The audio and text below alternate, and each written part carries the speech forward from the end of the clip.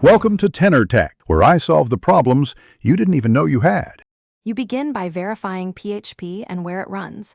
Use PHP-v and PHP-ini to find the active PHP.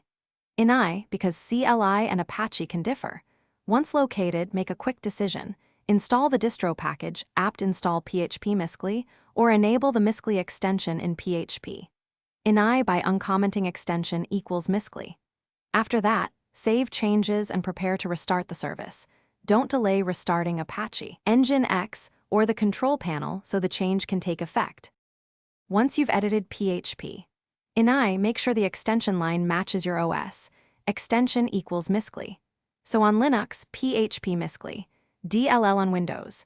If you run a custom build, recompile PHP with Mysqli equals Mysqli so the client library matches PHP. In Docker, add the install and enable commands to your Docker file and rebuild.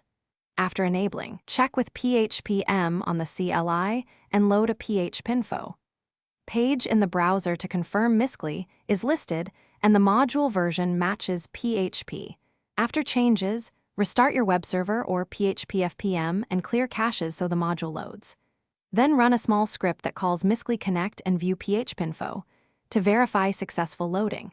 If it still fails, make sure the PHP ini you edited is the one shown by PHPI, confirm system packages and MySQL client libs match PHP, and inspect PHP and web server error logs for startup errors. One key tip: mismatched PHP versions between CLI and web server are the most common culprit.